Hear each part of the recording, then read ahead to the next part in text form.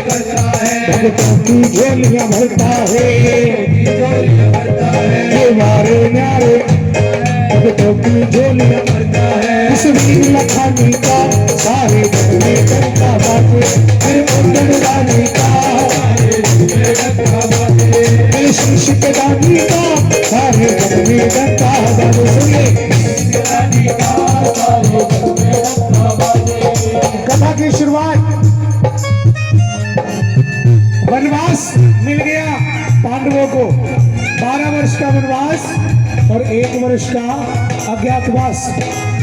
वनवास के दौरान पांडवों का सामना हुआ हिडिंबा से, जिसका भाई हिडिंब, जिसका वध भीम ने किया। उसके बाद भीम ने हिडिंबा से विवाह किया। इनकी एक संतान हुई वीर घटोत्कच, जिसका विवाह हुआ तो एक संतान हुई जो कि बड़ी मायावी थी, क्योंकि राक्षस और पांडवों का पोत दोनों के खून से मिलकर बना। इंसान और राक्षस दोनों के मेल से जो पीढ़ी बनी, मायावी और बलकारी, नाम वीर बर्बरिक महाराज। बोलो वीर बर्बरिक महाराज की। युद्ध कला में निपुण, अपनी मां से युद्ध की शिक्षा ली है। कहते हैं राक्षस कुल का होने के कारण जब जन्म लिया तो आकार बहुत बड़ा था। जब 14 वर्ष के हुए, मालूम चला कि महाभारत का युद्ध होने जा रहा है, जिसमें पूरी दुनिया के क्षत्रिय वंश के लोग आपस में एक दूसरे से भिड़ेंगे। तो मन में विचार कर लिया कि मैं भी इस युद्ध में शिरकत करना चाहूंगा। शंकर भगवान को प्रसन्न करके 3 बाण प्राप्त किए हैं। शिव जी ने उनको 3 बाण दिए थे। शिव जी की तपस्या करके देख लेना, कथा में बताऊंगा। उसके बाद अग्निदेव से एक बाण प्राप्त किया है, जो शिव शंकर ने 3 बाण दिए। उन 3 बाणों में पहला बाण जिसको खत्म करना है उसको चिन्हित करता है। दूसरा बाण जो चिन्हित किए गए हैं उनको सुरक्षित करता है, मतलब उनकी रक्षा करता, मिटा सकता है। तीसरा बाण जो उस पर निशान लगा है उसका संहार करता है। अर्थात 3 बाणों से सबको जीता जा सकता है। बुलहारे के सहारे की। जब युद्ध लड़ने की इच्छा प्रकट की तो मां ने वचन ले लिया कि लड़ने जा रहा है तो जा, लेकिन याद रखियो जो निर्बल हो, जो असहाय हो, साथ सिर्फ उसी का देना है। अपनी मां को वचन दे दिया कि मैं अपने बाणों का प्रयोग तब करूंगा जब कोई निर्बल होगा। मैं युद्ध लड़ूंगा तो असहाय की तरफ से लड़ूंगा। इस बात का पता कौरवों को था, इसलिए जिस दिन युद्ध होना था उसके पहले दिन कौरवों ने अपनी 11वीं जो क्षत्रिय सेना थी उसको कम कर दिया। बोलो हारे के सहारे की। मेरे शिष्य के दानी का सारे जग में डंका लगे। श्री कृष्ण जी को मालूम चला कि ऐसे ऐसे भीम के पौत्र ने इच्छा जाहिर की है युद्ध लड़ने के लिए। 14 साल की उम्र, 3 बाण है उसके पास। श्री कृष्ण जी ने परीक्षा लेने का सोचा, ब्राह्मण का रूप धरा और बीच रास्ते में मार्ग रोक लिया। हमारे पानीपत के पास मालका से ठीक पास में चुलकाना था। बोलो हारे के सहारे की। जहां शीश का दान दिया था उन्होंने मार्ग में रोका। मार्ग में रोककर पूछा कहाँ जा रहे हो? कहता है कि मैं जा रहा हूं महाभारत का युद्ध लड़ने के लिए। अब उकसा दिया, अरे भाई तेरे तरकश में सिर्फ 3 बाण हैं, इन 3 बाणों से तू क्या कर लेगा? एक तीर से वीर आपने अद्भुत खेल दिखाया था। या जगबल भगवान ने पधारे भेंट में शीश चढ़ाया था। कहता है 3 बाण इन्हीं से मैं पूरी सेना समाप्त कर सकता हूँ। कहता भाई मैं कैसे विश्वास कर लूं, बातों ही बातों में उकसा दिया। आप बताइए महाराज मैं कैसे साबित करूं आपको कि मैं इन 3 बाणों से पूरे युद्ध समाप्त कर सकता हूं। कहते मुझे साबित करके बता, अगर ये जो पीपल का वृक्ष तुझे दिखता है इसके ऊपर जितने पीले पत्ते हैं जो मुरझा चुके हैं, क्योंकि जब तू युद्ध लड़ेगा तो जिस सेना की तरफ से तू युद्ध लड़ेगा अगर तू तीर चलाएगा उसमें तेरे भी साथी होंगे, उसमें तेरे दुश्मन भी होंगे। तेरा तीर तो सबका सर्वनाश कर देगा। कह रहा नहीं, मेरा पहला तीर भीड़ के झुंड में सब पर निशान लगाता है। कहता मैं कैसे मानूं, अगर तेरी बात में सच्चाई है तो इस पेड़ पर जितने भी मुरझाए हुए पत्ते हैं, पीछे का रंग पीला पड़ चुका है, उनमें छेद करके दिखा, उनको एक साथ बांध कर दिखा। पहला तीर छोड़ा, जो छोड़ने से पहले आंखें बंद करी, एक पीले रंग का पत्ता तोड़ा जो मुरझाया था, अपने कदमों के नीचे रख दिया। ठाकुर ने प्रेम से कहिए श्री हरि। मन में ध्याया एक तीर से वीर आपने अद्भुत खेल दिखाया था। वो तीर ने सबको चिन्हित किया। उसके बाद वो श्री कृष्ण जी के पैरों के चारों तरफ घूमने लगा। पहला तीर जो निशान लगा रहा था, उसी समय श्री कृष्ण जी ने कहा भाई ये तो बता, ये तेरा तीर मेरे पैरों के चारों तरफ क्यों घूम रहा है। कहता ब्राह्मण देवता लगता है एक पत्ता आपके पैरों के नीचे रह गया, मान्यवर अपने कदम हटा लीजिए। कहीं ऐसा ना हो ब्राह्मण देवता, मेरा ये तीर आपके कोमल से चरणों को भेदता हुआ उस पत्ते को भेद दे। जैसे ही ठाकुर ने पैर हटाया उसी समय उस तीर ने उस पत्ते को चिन्हित किया और फिर तीसरे बाण से उन्होंने उन सभी पत्तों को भेज दिया। बोलिए हारे के सहारे की। अब ठाकुर जी सोच रहे हैं शक्तियां तो इसके पास बहुत हैं, लेकिन इसको ये नहीं पता होता कि मेरा शिकार कहाँ कहाँ छुपा होता है। अगर ये कौरवों की तरफ से लड़ेगा तो मैं पांडवों को जितनी मर्जी दूर ले जाकर छुपा दूं, तीर तो उस तक पहुंच जाएगा। अब ये पहले दिन जिसकी तरफ से लड़ेगा तो दूसरी सेना हार जाएगी, फिर क्या करेगा ये, वो सेना हारेगी, उसकी तरफ से लड़ेगा। क्योंकि श्री कृष्ण जी ने सवाल किया भाई युद्ध लड़ने के लिए जा रहा है, तेरे तो दोनों तरफ रिश्तेदार हैं, तू किसकी तरफ से लड़ेगा। मैंने अपनी माँ को वचन दिया, तुम तो बात बतला दी कि मैं उसकी तरफ से लड़ूंगा जो कमजोर होगा, जो हार रहा होगा। अब श्री कृष्ण जी ने विचार किया अगर ये कौरवों की तरफ से लड़ेगा तो पांडव कम हो जाएंगे, पांडवों की तरफ से लड़ेगा तो कौरव कम हो जाएंगे। धीरे धीरे करते हुए देख पूरे भारतवर्ष के सारे क्षत्रियों का नाश हो जाएगा, सब मर जाएंगे, लेकिन बचेगा कौन, वीर बर्बरीक अकेला। तो कुछ ना कुछ तो युक्ति लगानी पड़ेगी। तब उन्होंने कहा बर्बरीक तू जिस युद्ध भूमि के अंदर जा रहा है, ये महाभारत का जो युद्ध होगा इसमें कई क्षत्रियों का, कई निर्दोषों का भी खून बहेगा जिनका कसूर कुछ भी नहीं। और जब उनका खून इस धरती पर पड़ेगा तो धरती माँ उस पाप को सहन नहीं कर पाएगी। इसलिए दुनिया का जो सबसे बड़ा वीर है उसको अपने शीश का दान, अपना बलिदान, अपने रक्त से इस भूमि को पवित्र करना होगा। मैंने माँ कुंती को वचन दिया, अपना रूप दिखाया, भगवान श्री कृष्ण जी ने आशीर्वाद दिया वीर बर्बरीक को और ये कहा मैं तुमसे कुछ मांगना चाहता हूँ, चरणों में पड़ के प्रभु मांगिए। तब उन्होंने बोला कि मैंने माँ कुंती को वचन दे दिया कि मैं तेरे 5 बच्चों को सुरक्षित युद्ध के समाप्ति पर तुझ तक पहुंचाऊंगा। दुनिया में सिर्फ 3 क्षत्रिय ऐसे हैं जो अपने शीश का दान दें तो ये धरती माँ पाप से मुक्त हो सकती है।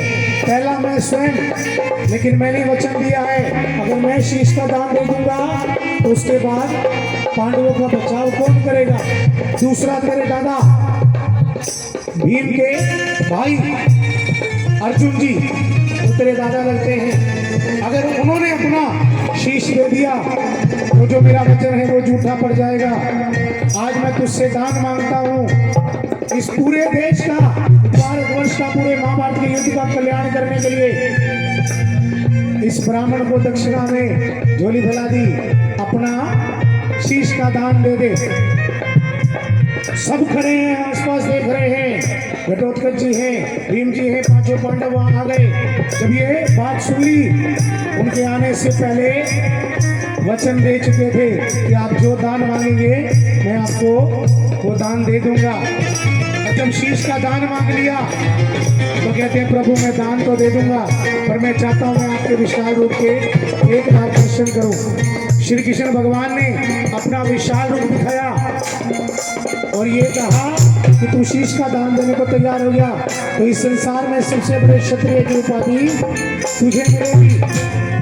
पहला तीर लिया और स्वेच्छा से अपना शीश दान करने का बोल दिया और तीर ने शीश को अंकित कर दिया और तीसरा तीर चलाकर अपना शीश काटकर अर्पण कर दिया।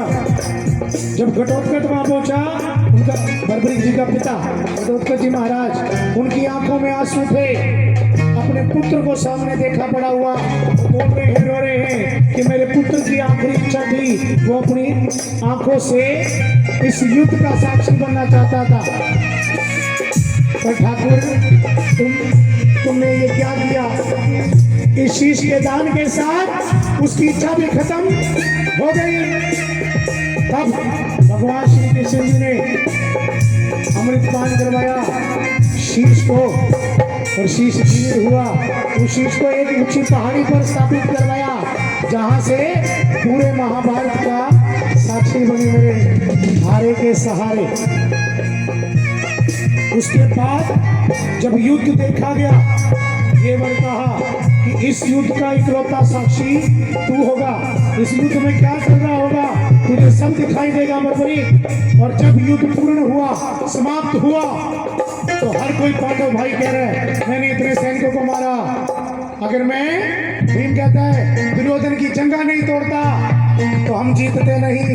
अर्जुन कहता है मैं सबका नाश नहीं करता तो हम जीतते नहीं।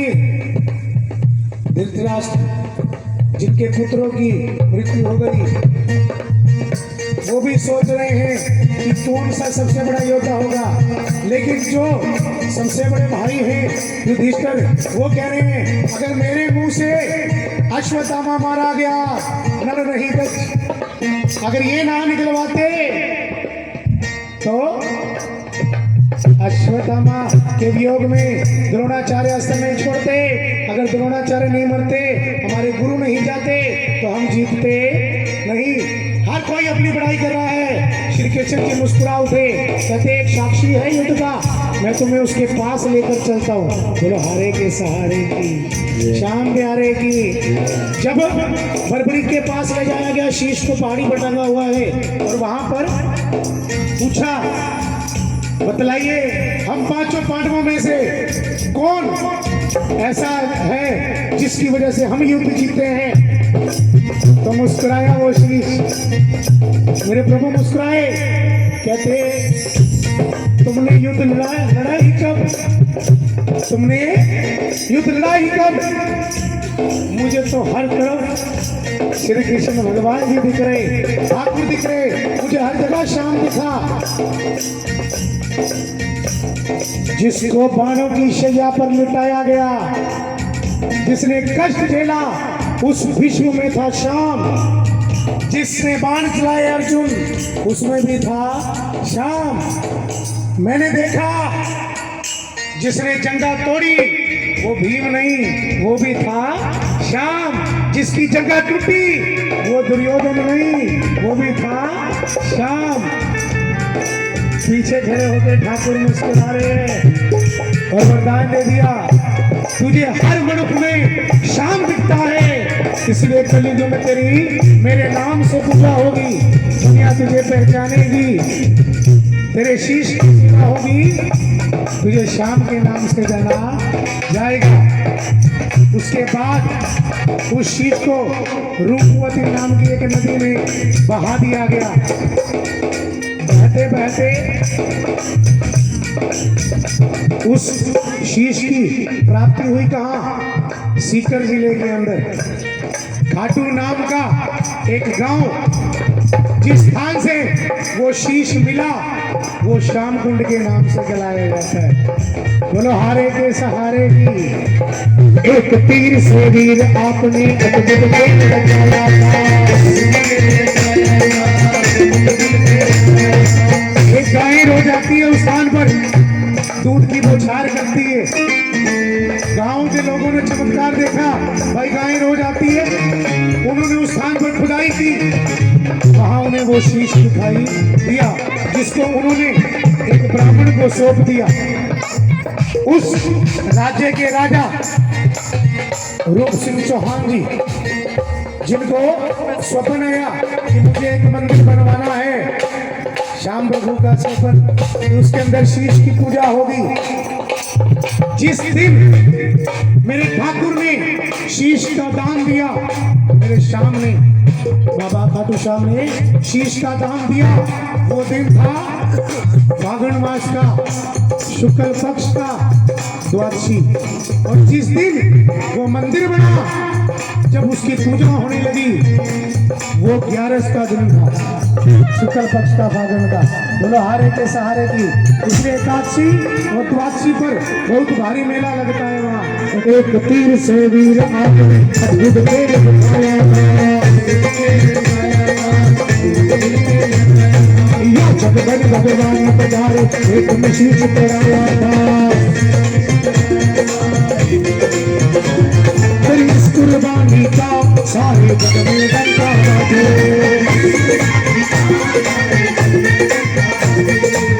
और दुनिया में आप किसी भी दरबार पर चले जाओ, दुनिया में किसी भी दरबार पर चले जाओ, लेकिन इकलौता दरबार है जिसके बाहर लिखा है हारे का सहारा बाबा श्याम आया हमारा।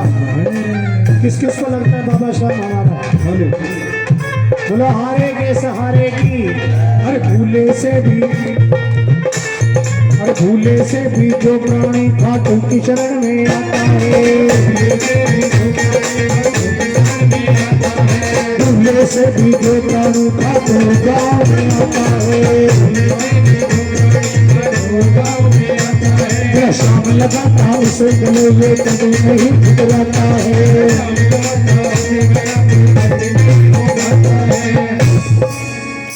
भूले से भी जो प्राणी मेरी शाम शरण में आता है, मेरा शाम लगाता उसे गले ये कभी नहीं ठुकराता है। इस वीर लखानी का, इस जोत नूरानी का सारे जग में डंका। बाबूजी आज का समय बताता हूँ, आपकी जेब में है पैसे तो लोग पूछेंगे आप हो, सच्चाई है। जब खत्म हो गए जेब से पैसे, लोग कहेंगे रहो जैसे के तैसे। अरे मेरी जेब से चंद सिक्के क्या गिरे, सिक्कों के गिरने से पहले रिश्तेदार नजरों से गिर गए। कलाकार तैयार हैं, लेकिन एक छोटा सा भाव रखना चाहता हूँ प्रभु के चरणों में।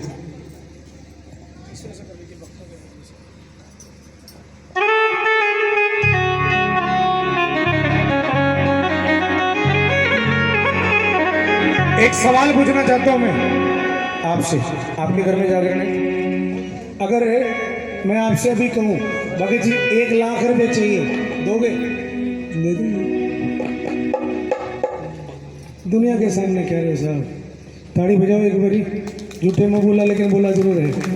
मैं कटाक्ष करता हूँ सीधे, इन्होंने तो बोल दिया क्योंकि इनको जिस पदवी पर मैं दिख रहा हूँ उसकी मर्यादा है, हाँ कर दी।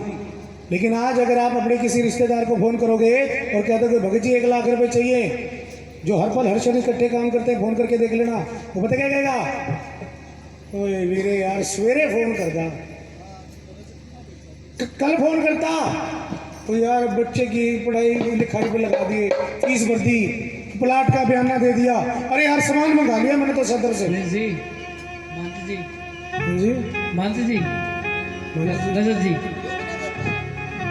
नहीं, मेरे गुरु समान है सभी, मैं नहीं बोल सकता। 29 तारीख आना है उन्होंने बोलो सच दरबार।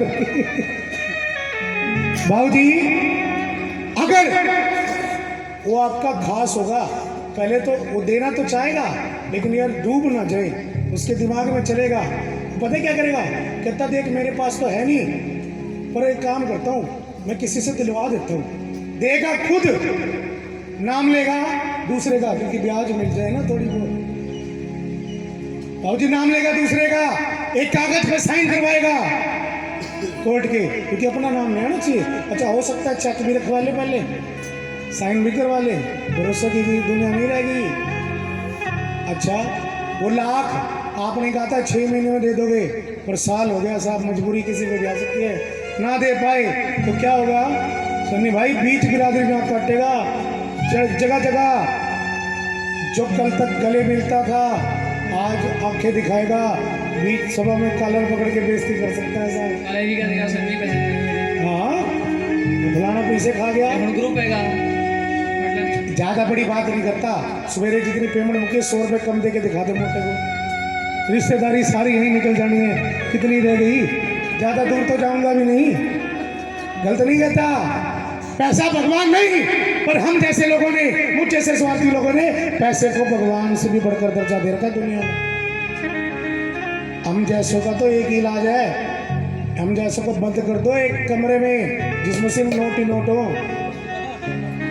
15 दिन के लिए खा पैसा, खा खा के फटने गोरा मोटे, खा पैसा, खा पैसा, पी पैसे पे नाच, पैसे पे सो, ये पैसा मिलेगा बस।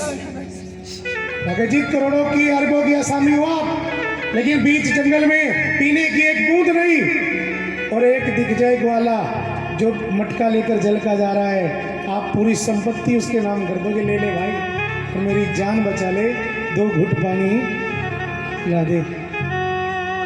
पैसे से आप दुनिया खरीद सकते हो, किसी का विश्वास नहीं। पैसे से इंसान खरीदा जा सकता, उसका विश्वास नहीं। जिन्हें दगा देनी है समय आने पे देगा, बड़े बड़े लिख के गोली दे जाते हैं। सुनिए साहब, जिसको लाख दे दिए वो 1 साल तक रुका, आपका पैसा नहीं आया, अगली बार आके 50,000 और मांग लिए, आप क्या जवाब दोगे? कुछ तो देंगे हम, स्पष्ट जवाब देंगे, निकल जाए यहाँ से, पहले पिछले तो दे ले। लेकिन देने से पहले क्या कभी, ये देता रहता है, कभी मांगता नहीं वापसी। घर दिया क्या वापस लिया नहीं। लेकिन हम तो कर्जदार हो गए, हम गरीब, ठाकुर तेरा कर्जा कैसे वापस करेंगे? देने से पहले क्या कभी सोचा है सांवरी, देने से पहले क्या कभी सोचा है सांवरी, कर्जा भी क्या गरीब का, कर्जा भी क्या गरीब का, चुकता है सांवरी, देने से पहले क्या कभी सोचा है सांवरी। दुनिया कहती है प्रिंस भाई इतना गुणगान करते हैं माँ का, इतना गुणगान करते हैं इस बाबा का, ये कुछ देती भी है या सारी रात जय माता दी जय श्री श्याम करते हो, या खुद सोते हो दूसरों को सोने देते हो? साहब मैं कहता हूँ भक्ति पता क्या देती है, जब हम भजन कर रहे होते हैं ना इस गति पर, जब भजन कर रहे होते हैं इतना देती है। आप से ऐसे लोग भी बैठे होते हैं जिनके पास किसी बड़े व्यक्ति का भी फोन आ जाए तो वो कहते हैं भाई अभी बिजी हूँ, कल मिलूंगा, समय नहीं है। लेकिन अगर वो भी हमें सुन रहे हैं, जो खुद पुजारी हैं, जो खुद प्रभु की भक्ति करते हैं, जो खुद मंत्री हैं, दुनिया दुनिया के पीछे घूमती है, अगर वो भी बैठकर बड़े प्यार से सुन रहे हैं। और सुन भी किसके रही है? जिसकी घर में कोई नहीं सुनता, अगर उसकी भी सुन रही है दुनिया। कर जा भी क्या गरीब का लचकता है सावरे, देने से पहले क्या करी सोता है सावरे, देने से पहले क्या करी।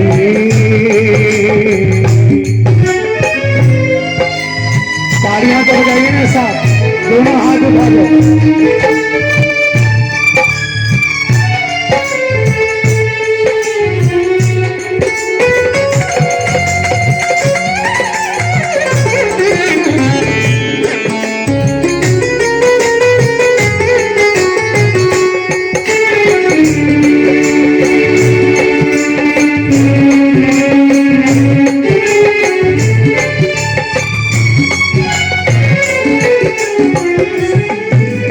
खुशियाँ जो मेरे पास है कर जाए आपका, खुशियाँ जो मेरे पास है कर जाए आपका, रहमो करम है आपका, एहसान आपका।